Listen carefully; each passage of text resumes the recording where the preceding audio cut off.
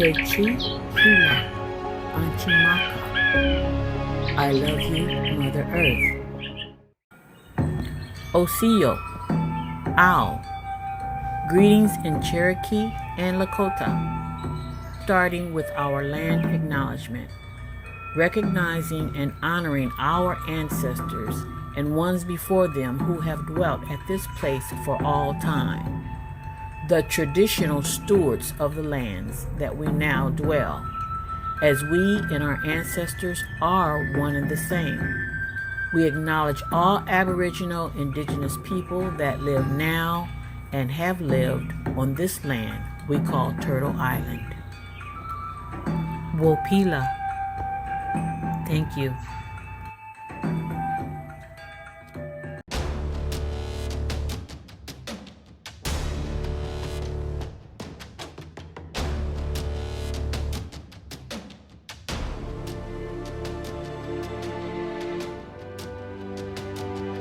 Once upon a time, when the universal mind was whole on this physical plane, all terra firma or earth landmass was one whole undivided unit or a single supercontinent called Asia, later called Midgard, the abode of the human race, Pangaea. The earthly human populations were of a natural, swarthy, or dark complexion, upright, procreative, and illustrious people. There were no invisible artificial boundaries or borders known today, such as Europe, Africa, North America, South America, Antarctica, Australia, no colonies or states, no fictional nations, nor caste system statuses such as black, Negro, red, yellow, colored, Indian, or any terms used for race, and no such thing was ever invented or known in our indigenous languages. With the spiritual or esoteric vision of nature, all land was a communal resource.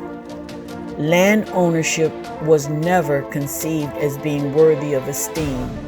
There was no greed or excessive desire to possess, control, kill, or destroy to gain possessions, as it is today in our unrecognized habitation and occupation by the foreign Albion European hybrid colonizers. There were no artificial boundary lines. We, the Aboriginal, Indigenous, and Native people, stood at our greatest heights of self-awareness as one, where colossal monuments marked our greatness and noble achievements. Our temples of golden wisdom and ecstatic knowledge of the spiritual worlds beyond the realms of time and space were freely shared. Our dominion and habitation spanned from pre-Kemet Hikupta, capital dominion of Alkebulan, now called Africa, extending across the whole of the Earth's single supercontinent. Then came the great earthquake, the apex of a most catastrophic land divide. There was extreme and mighty floodwaters that carved out the great and mighty Atlantic Ocean that made it necessary to build larger ships for travel back and forth to the other parts of our now divided lands across the Atlantic Ocean. Written law did not exist because all beneficial attributes were innately the essence of every man, woman, and child, thus reflected in every word, deed, and action. But when written law became necessary, it marked the start of man's degeneration and sinking into an impaired inferior condition, as witnessed in this season of the Albion European hybrid colonization. There are many viewpoints as to where the paleface came into being. Some say they were made and not born. Researchers at Penn State University maintain that a genetic mutation led to pale skin. Yet, esoteric teachings speak of the mission of these hybrids were to control of all the original people that could not be killed or destroyed. The purpose of the paleface was to keep the true divine being of soul under the illusion of Maya, forever trapped in perpetual servitude of their demigods under darkness and ignorance, better known in modern times as vicars, European priests, pastors, popes, pontiffs, ministers, etc. The hybrid's plan of failed cycle of captivity meant for demoralization and pain of the Aboriginal people.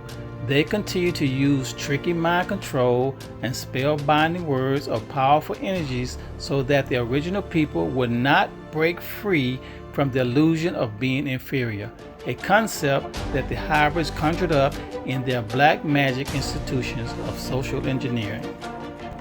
The idea of Aboriginal Indigenous people born in sin and guilt is one of the oldest pitfalls that the hybrids could plan for keeping the original people unaware of their true magnificence.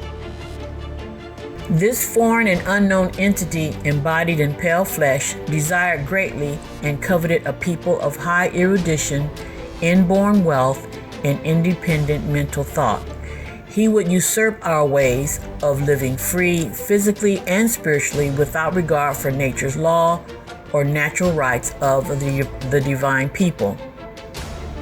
We were so close to creation that when desired, our communications were of a telepathic nature.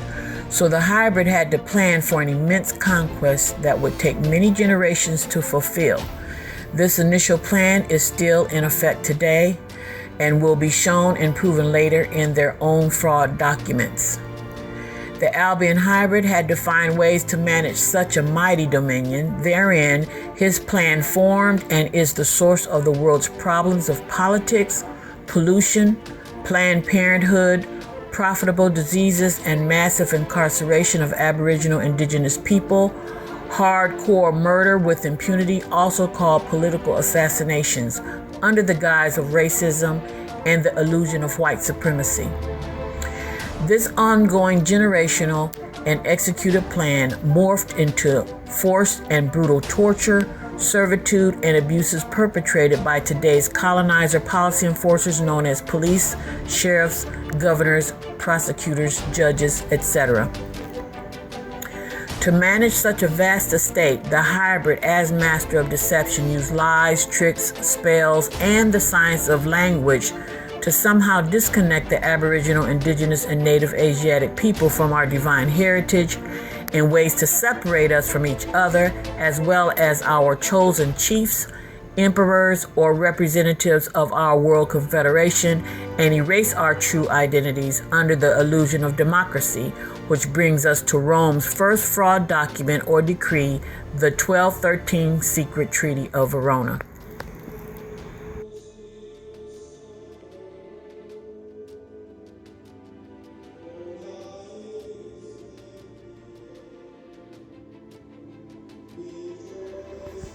About 807 years before the making of this video, two mirror model European Roman hybrids, King John of England and Catholic Pope Innocent III, his real name being Lautaro di Conte di Signa, invoked a private secret Treaty of Verona instrument.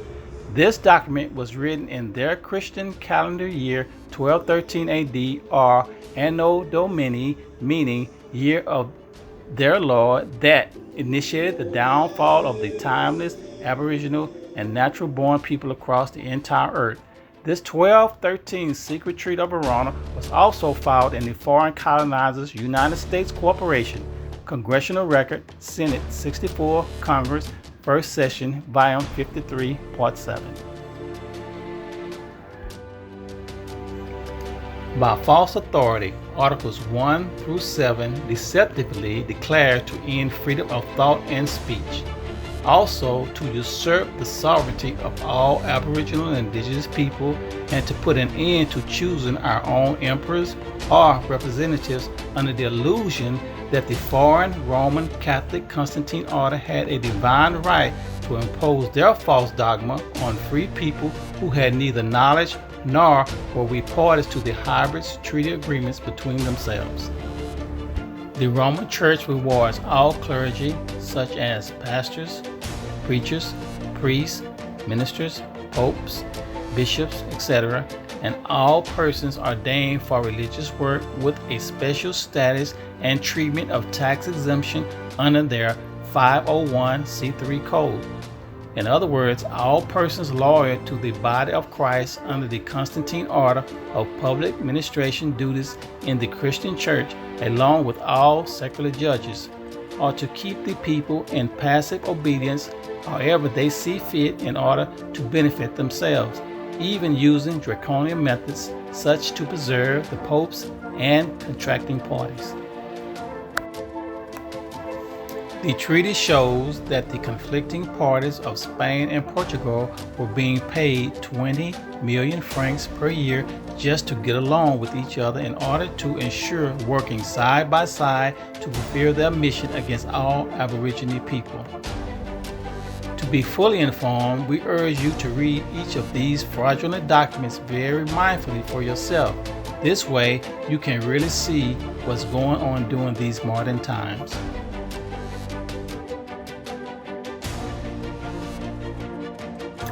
As sidebar information on the term we know today as Black, and as part of our growth and development, we are to learn about who we really are as we come out of this long generational sleep. With that, knowing that the power of words as being part of our downfall.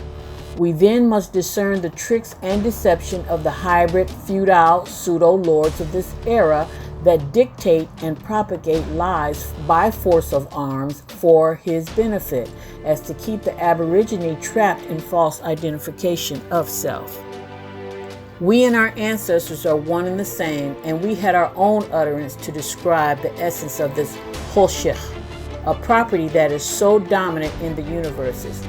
It was not known as Black, as in a color, social status, or anything else, because the word Black or its pronunciation was unborn, thus did not exist simply because the unborn conquistadors and all of their unborn English, French, Spanish, Portuguese, etc. languages did not exist yet. We, the Aborigine, use this element to accentuate and add hue in the appearance of objects produced by painters, writers, artists, scribes, etc., such as in the hieroglyphs in ancient Kemet in the days of our great and mighty ancestor Emperor Menes or Namur of Ecupta at the time of the first dynastic period, about 3150 to 2613, before the political economic Christian era. At this chronicle of past recorded life events, we did not self-identify with the unborn term of Black. This Holshich property was depicted in ancient Kemet as the unseen underworld or world of the unknown, symbolically and figuratively the absence of light.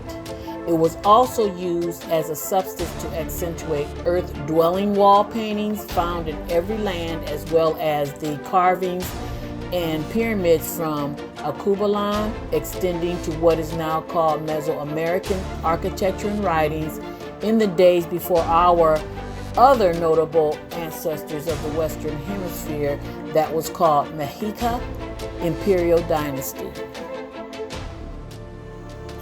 We now move onward in time of the conception and historical meaning of the term Black, where its Albion European hybrid parents first depicted this property as to shine, flash, burn, shining white and pale. Thus the hybrids were the first Black people. From the late 14th century, its secondary or connotative depiction was in essence fierce, terrible, and wicked. Figurative senses often come from the notion of without light, moral or spiritual. This connotative meaning of Black describes or interprets that Black is devoid, destitute, not possessing, and lacking any positive and beneficial characteristics of light, moral or spiritual. Instead, Black means fierce as in wild, violent, untamed, uncultivated, savage, cruel, and ferocious wild beast. Black also means terrible, as in causing terror or fear, dreadful, frightful, very bad, awful, wretched, strange, and exile. See etymology, the origin and history of words. The historical occurrence of the connotative/changed meaning for the term of black between Christian calendar January 1st, 1301 to December 31st, 1400 was certainly in line with the hybrid's Roman Catholic Pope's papal bulls and the Church's war against all Aborigine people.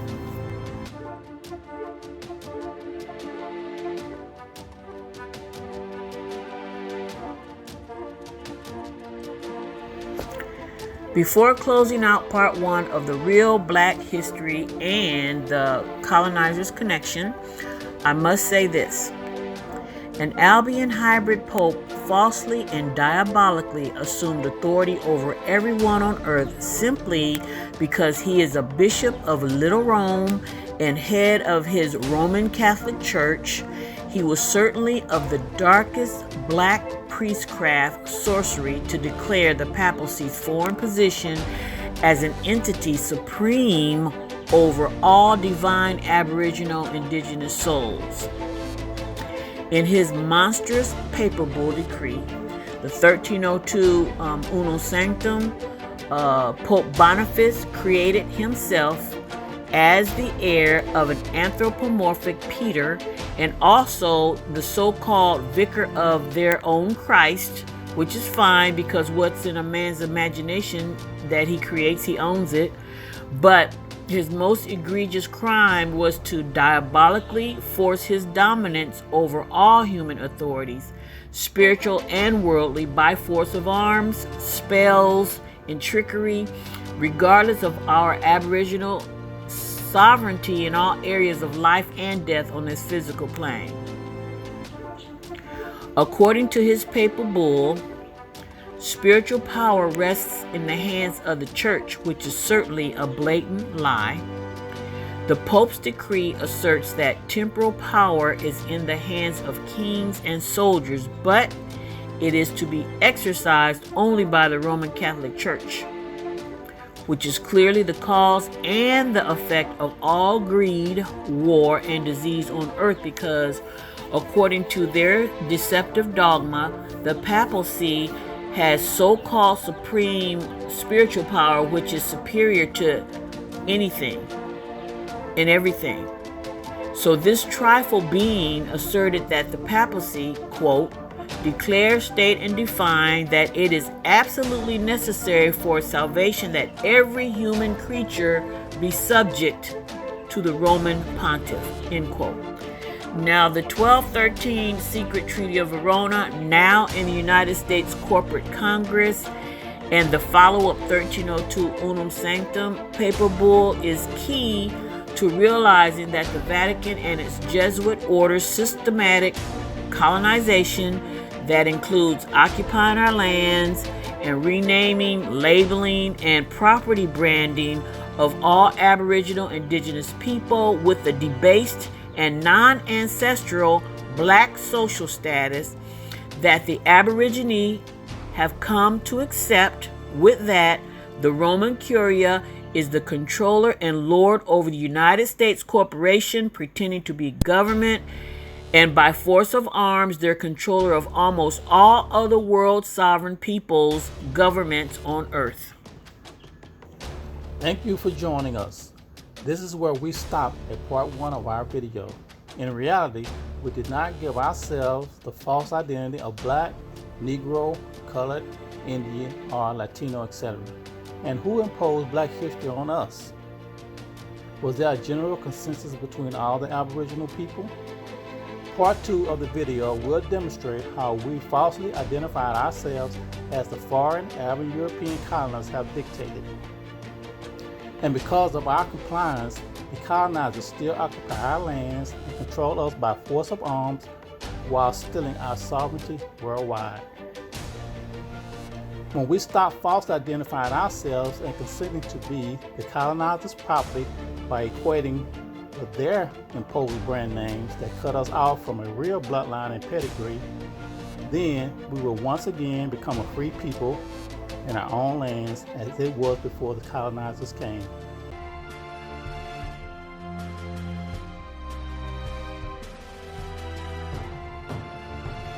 Someone said a name is the most powerful spell in the universes, and in reality this is true. What is a name? As a noun, it's a word by which a natural person or thing is denoted. One's reputation, that which is commonly said of a natural person. It's a name brand, a product made by a well-known company. As a verb, it means to bestow a particular name upon. From Paleo-Indo-European root nomen, which forms all or part of misnomer, or an error in a name, mistaken identification, misname, wrongly named. In grade school or elementary school, where we were there to learn about the fundamentals, the foundation, the elements, we learn how to spell. What is a spell? The etymology or original meaning of the word spell, an Old English word, which is the language of the Germanic inhabitants of England around 1200 Christian political economic era. It is an utterance, something said, a statement, remark, set of words with supposed magical or occult powers, incantation, charm from the recorded 1570s, hence any means or cause of enchantment, act of magic power, magical spell, song, concert, chorus, incantation, bewitched, charm. 1966 was the birth and acceptance of the foreign colonizers' created black spell of artificial identity that evidently has the illusion of power today. However, still influences the Aborigine population and North America without any beneficial changes in the conditions of the people. We want black power. We want black power. We want black power. We want black power. Everybody, what do you want? That's what we gonna get. The term spell is generally used for magical procedures which cause harm or force people to do some things against their will, unlike charms for healing, protection, etc. This is in the Oxford Dictionary of English Folklore. Regardless of its goodness or badness, so long as the formation or formula has been correctly pronounced. This is in their Encyclopedia Britannica of 1941. Therefore, besides learning how to read English in the colonizers' elementary school, we were assimilated into how to spell, as in the spelling, by writing English in cursive, with the denotative term of black being pale, shining white, onto the connotative history and derogatory meaning of black, that means every foul and unenlightened thing on earth, which had its meaning far before the Albion hybrid colonizer imposed and the Aboriginal Indigenous and Native people accepted the black brand name and connotative meaning as an identity. This is indeed a most powerful spell where the Aborigine in North America blindly jumped onto the bandwagon. The bandwagon. The meaning. The bandwagon effect is a psychological phenomenon in which people do something primarily because other people are doing it, regardless of their own beliefs, which they may ignore or override. This tendency of people to align their beliefs and behaviors with those of a group is also called a herd mentality. I'm black. I'm black man. Black. Blacky black black. Now, we don't believe in black power. That's the wrong word. That's a dirty word. That's the wrong word. That's a dirty word. The phrase black power gives the wrong connotation. Believing firmly that power is necessary that it would be difficult for me to use the phrase black power because of the connotative meaning. Who are you? You don't know. Don't tell me Negro, that's nothing. What were you before the white man named you a Negro? And where were you? And what did you have? What was yours? What language did you speak then? What was your name? It couldn't have been Smith or Jones or Bunch or Powell. That wasn't your name. No, what was your name? And why don't you now know what your name was then? Where did it go? Where did you lose it? Who took it? And how did he take it? What tongue did you speak? How did the man take your tongue? Where is your history? How did the man wipe out your history? What did the man do to make you as dumb as you are right now?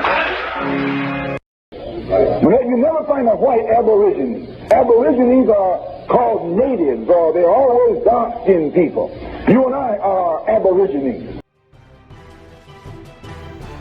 1968, 2 years after Martin Luther King's murder, mind you, against using the foul and dirty word black.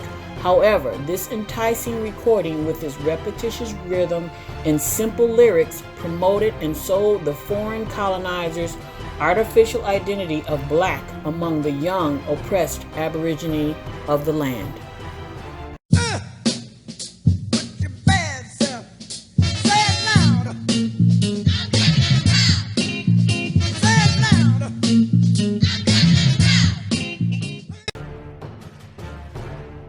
We now explain the branding of natural people with artificial labels.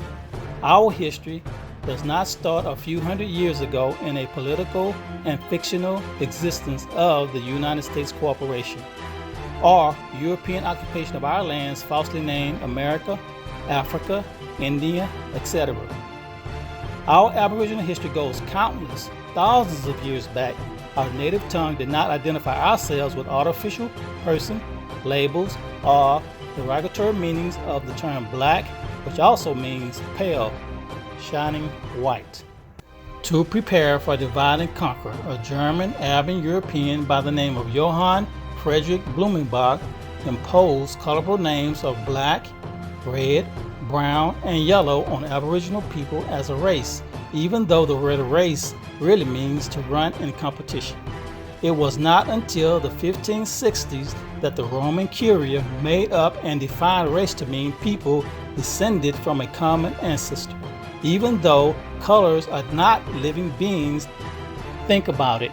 There had to be a way to retroactively tag all Aboriginal Indigenous people in accordance with the 1213 Secret Treaty of Verona and 1302 Unum Sanctum Papal Bulls.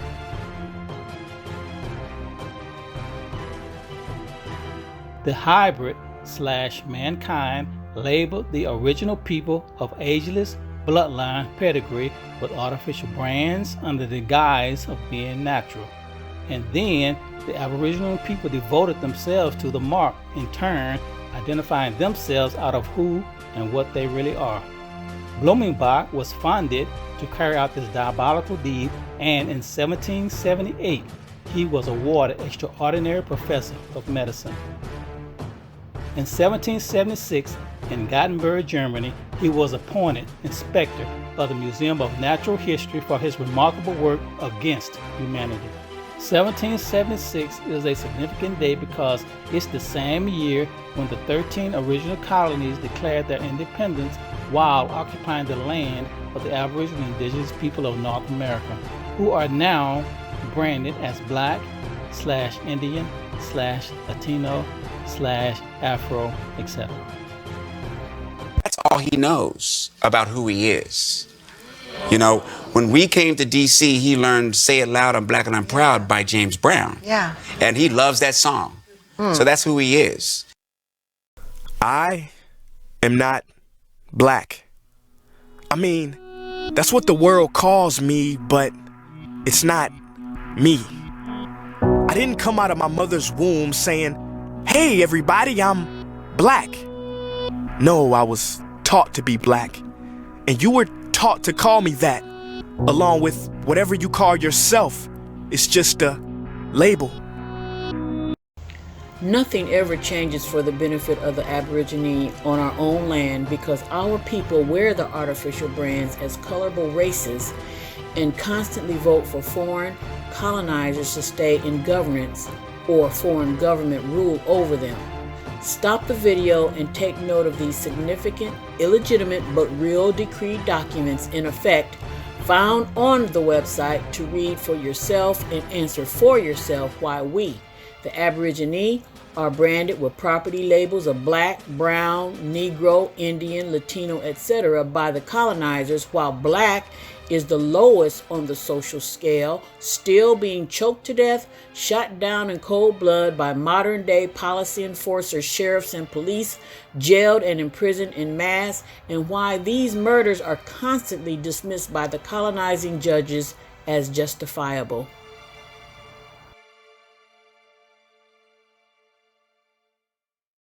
"100 years later,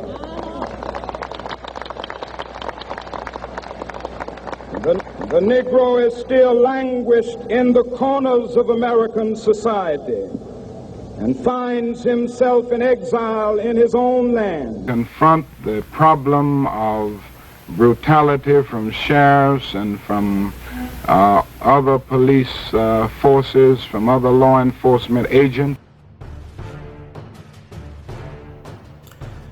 Throughout the hybrid's occupation and oppression of the Aboriginal people, the foreign Albion European hybrid have recruited our own people as their helpers to keep us in line and obedient with what the hybrid decreed as the 1710 Act of Meritorious Manumission, which is another creation of the colonizers to ensure minimum rebellion. Meritorious manumission still is an immoral, unethical, and unlawful adjudication that rewards and or frees the enslaved Aborigine for doing deeds that benefit the colonizer or master as defined by their public policy as good for them. In other words, they rewarded and freed the sellouts.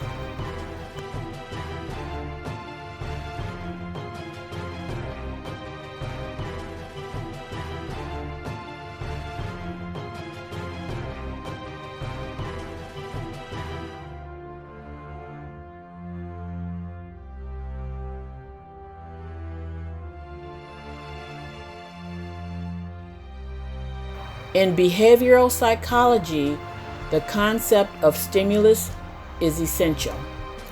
And since repetitious stimulus is attention-getting, this effect on human behavior is used repeatedly in ways of casting spells in television and radio commercials, music beats, lyrics, etc.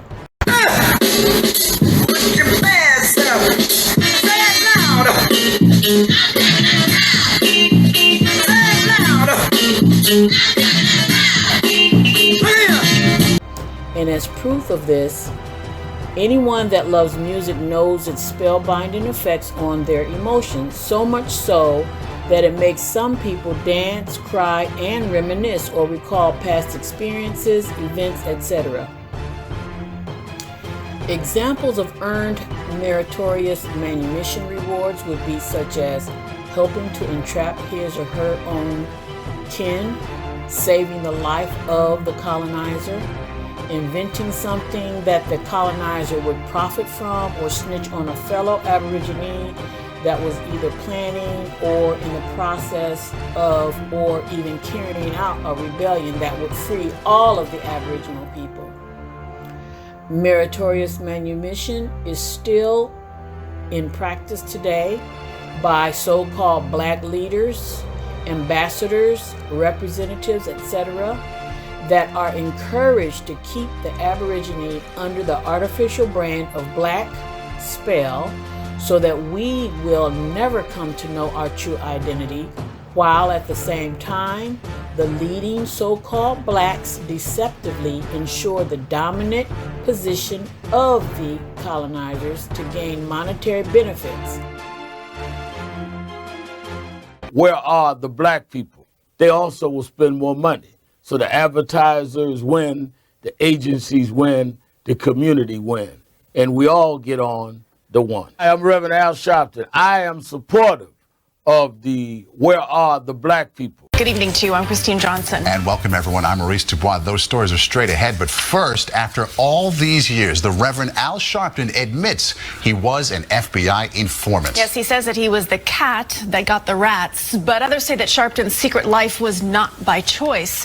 In my own mind, I was not an informant. I was cooperating with investigations. The revelations threaten to embarrass Sharpton as he kicks off his National Action Network convention this week. But we've talked with Operation Black Vote and Rainbow Push down through the years, is that blacks in the society, though so substantial in the building of the British Empire, from the role of the Africans to the role of the Caribbean, are still second-class citizens. Blacks in the society, though so substantial in the building of the British Empire, from the role of the Africans to the role of the Caribbean, are still second-class citizens. Farrakhan has been a bold voice against injustice done against black people in this country. His voice deserves and needs to be heard. Yeah, I love Elijah Muhammad enough that if you attack him, I will kill you. Yesterday, today, and tomorrow. Love casts out fear. We don't give a damn about no white man law when you attack what we love. And frankly, it ain't none of your business. What have you got to say about it? Did you teach Malcolm? Did you make Malcolm? Did you clean up Malcolm? Did you put Malcolm out before the world? Was Malcolm your traitor or was he out? And if we dealt with him like a nation deals with a traitor, what the hell business is it of yours? The white man deals with his. The Jews deal with theirs. Salman Rushdie wrote a nasty thing about the prophet, and Imam Khomeini put out a death thing on him, and it stands today.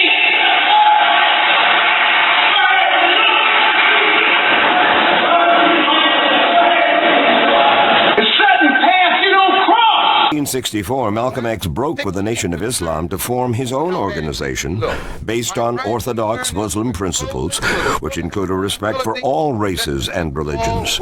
And how did Louis Farrakhan react? He began writing incendiary editorials in the Nation of Islam's newspaper. Let me read you what you wrote in December of 1964. The die is set, and Malcolm shall not escape, especially after such evil, foolish talk about his benefactor, Elijah Muhammad, in trying to rob him of the divine glory which Allah has bestowed upon him. Such a man as Malcolm is worthy of death. This was only 2 months before he was shot down. The people who were out to kill him. The list was longer than those who actually pulled the trigger. People from the Newark Mosque are the men who did it, yes? Now, you ask me, yes. Most of them, from what I understand, were from the Newark Mosque. And the night it happened, you were at the Newark Mosque. That is correct. Coincidence? Well, look, the minister... You're from Boston. Of course I'm from Boston. Farrakhan explained that he'd simply come to Newark, New Jersey that night to preach in the place of that mosque's minister, who, says Farrakhan, was preaching in New York.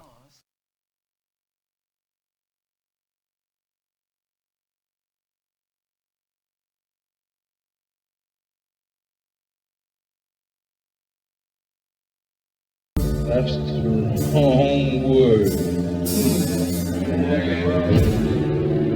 That's a dirty word. Realizing that even though we are the mothers and fathers of humanity as black men and black women, why is it that we are the most disrespected?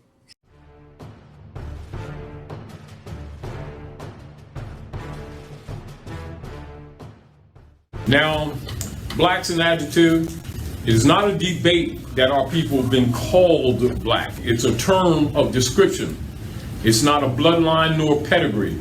The tagging of black has nothing to do with color, because black does not mean dark. It means pale colors. Basic etymology, which is the history of words. Europeans didn't call themselves white people to roughly around 1854.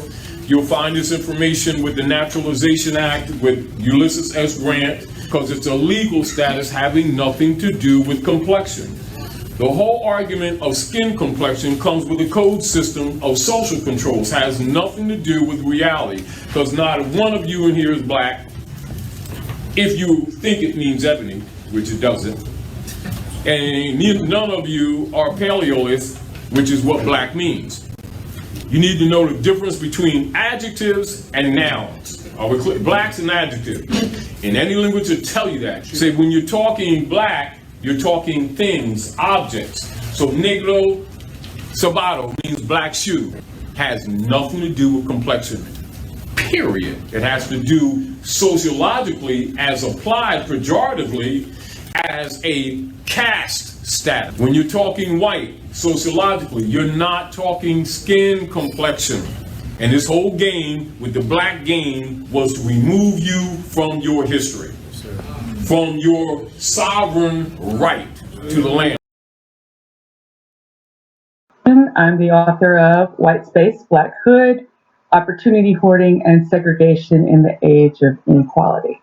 The living patterns for everyone in this country have been shaped by the decision in the first half of the 20th century to contain then Negroes and to construct white space apart from them. We live with those structures to this day. It has not been dismantled, and it structures politics.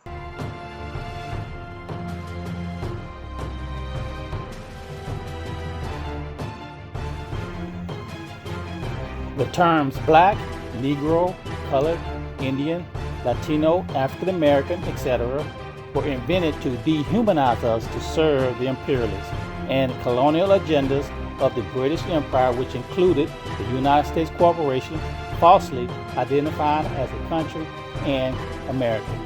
It's up to each and every Aborigine worldwide to either accept, reject, and live by the positive or negative energies through the terms used to define us, whether these terms are imposed on us or not.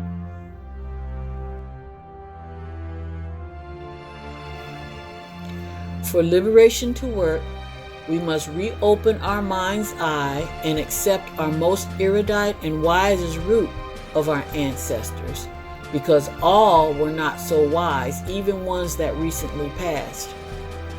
With truth, love, and wisdom, there is no need for followers. We stand independent on our own. Knowing ourselves is good, but knowing ourselves and understanding ourselves is supreme, for this is our noble crown, unblocked by blindness and blackness.